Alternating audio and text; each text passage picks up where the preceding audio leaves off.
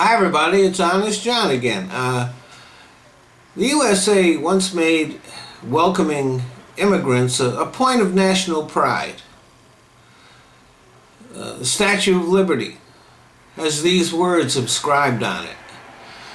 Give us your tired, your poor, your huddled masses yearning to breathe free, the wretched refuse of your teeming shore.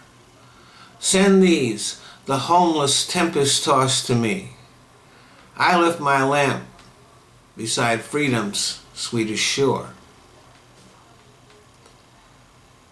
And yet, that being said, there's always been a certain amount of ambivalence about immigration. We call ourselves the Great Mixing Bowl or all that, and yet at one time there was legislation passed that severely restricted the number of Asians who could come here. When there was an influx of Irish people in here, they were treated with a great amount of prejudice. People used to put signs on their stores when they were advertising for jobs that said, "No Irish need apply." So, throughout our history, immigration has been a topic that has always had some controversy. And now the voices of those who want to keep others out are loud and strident. And our immigration policies are not very welcoming. We lose millions of dollars every year just in the number of people who give up their quest to come here just as tourists, just for a visit, for a vacation, because of the lengthy and arduous process involved in getting a visa. Farmers in the past few years have been losing millions of dollars as crops rotted on the vine with no workers to harvest them because of our broken immigration system and the anti-immigrant laws that states have passed just to please the racists in their midst.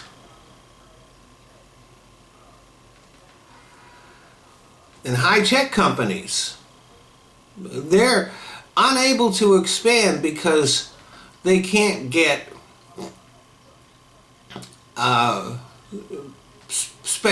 people trained in various specialties to come here because of our immigration system. And so their inability to hire foreign workers actually means that there's less jobs for Americans.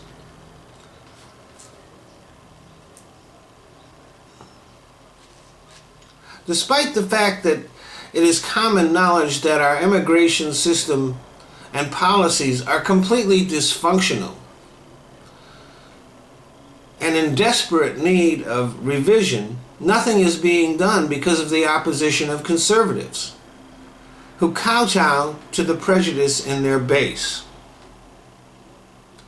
There is a price to be paid for ignorance and bigotry, and in this case, it runs to the billions of dollars.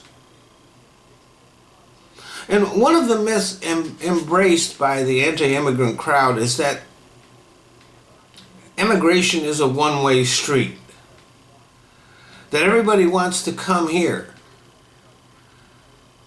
and that's it. But this is so far from the truth that it is laughable.